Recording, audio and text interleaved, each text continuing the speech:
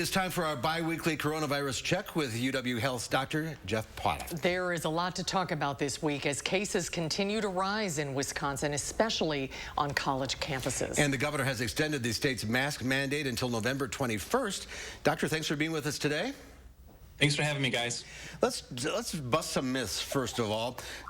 Here's a myth: does wearing a mask cause someone to breathe in unsafe levels of carbon dioxide? That's an easy one to bust. So the answer is no. These masks do not have you breathe in very much carbon dioxide at all. In fact, we have surgeons who are doing operations for 16 hours. They have to be technically very good. And this carbon dioxide concern, it just isn't there. It's a myth. Okay, here's another one. The Centers for Disease Control said that cloth masks don't protect you from breathing pollutants in the air, and they used the recent wildfire smoke as an example. So if the mask won't keep the smoke out, then how can it protect you from COVID-19? So this is a good question, and I can see how people would be confused. But what it really comes down to is the size of the particle. So when we're talking about dust and smoke, those particles are exceedingly small, and the fabric that we use in cloth masks can't really stop that from getting through. Now, the good news is with COVID-19, that virus travels in droplets that are much larger than those smoke particles. A cloth mask, couple layers thick, has no problem stopping that. So that's why it works for COVID-19, doesn't work for dust. All right, we'll continue to bust myths as we go along. Let's talk about the spike in numbers. What's going on in Wisconsin? Yeah, we have a lot of COVID-19 in Wisconsin. Now, there's clearly a component coming from the campuses, but our acceleration, there's other states that have campuses too. We're not the only state with a college campus. We are seeing growth across the state in COVID-19. It's just an unfortunate time. I think we're just getting tired of COVID-19 and really having a tough time sticking with those public health recommendations. And I'm really worried about what's going to happen when it gets colder and we're not able to be outside as much. Is that a concern of yours as well? There's a lot of concerns that we are talking about as the weather gets colder. One is respiratory season. Well, we have people who have influenza and COVID at the same time, making it so important to get your flu shot this year.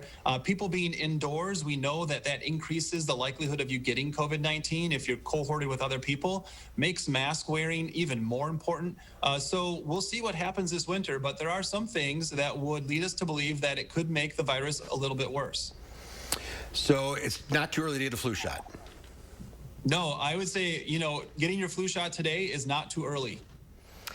Is there evidence, Dr. Pothof, that wearing masks is making a difference? We mentioned earlier that the governor extended the statewide mask mandate now until the end of November. The evidence for masks working to prevent the transmission of COVID-19 is conclusive. We have amazing data that shows that they work. Now, I think you'll hear some people say that, why would we extend the mask mandate? We have a mask mandate and cases have gone up. And to that, we say that, correlation does not equal causation.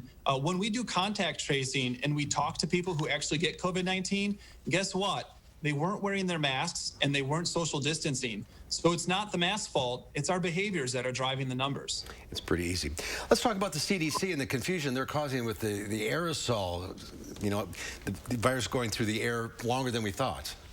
And then they take that information down off the website. They said it was a mistake. Yeah, it wasn't meant to be printed. It was a draft.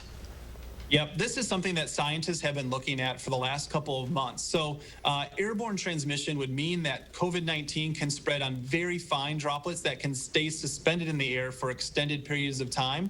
Now, there are case reports, evidence that on some occasions that has happened.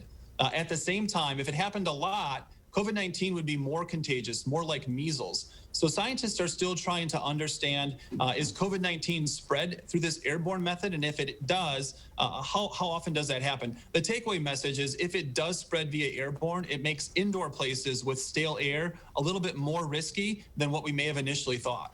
So ventilation's the key. Absolutely. You want to move it out of there. Is that because the virus can travel further than 6 feet indoors? Correct. So the finer the droplet that the virus travels on, the harder it is to catch with your mask and the farther it can travel.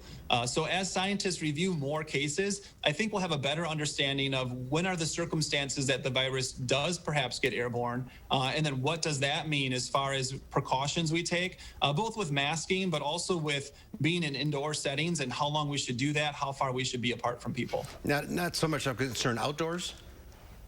Less of a concern outdoors just because there's so much air movement that it gets whisked away pretty quickly. Wear a mask, I guess, is the bottom line here. You bet. Absolutely. All right. Well, hopefully the numbers will start to peak here in Wisconsin and level off a little bit. I'd love to see that. Yep. All right. Doctor, thanks for being with us. We'll see you in a couple of weeks. Thank you, Dr. Pothof. Appreciate your time. Thank you. We'll be right back with a final check of your forecast. Ready to roll playback. 3, 2, 1.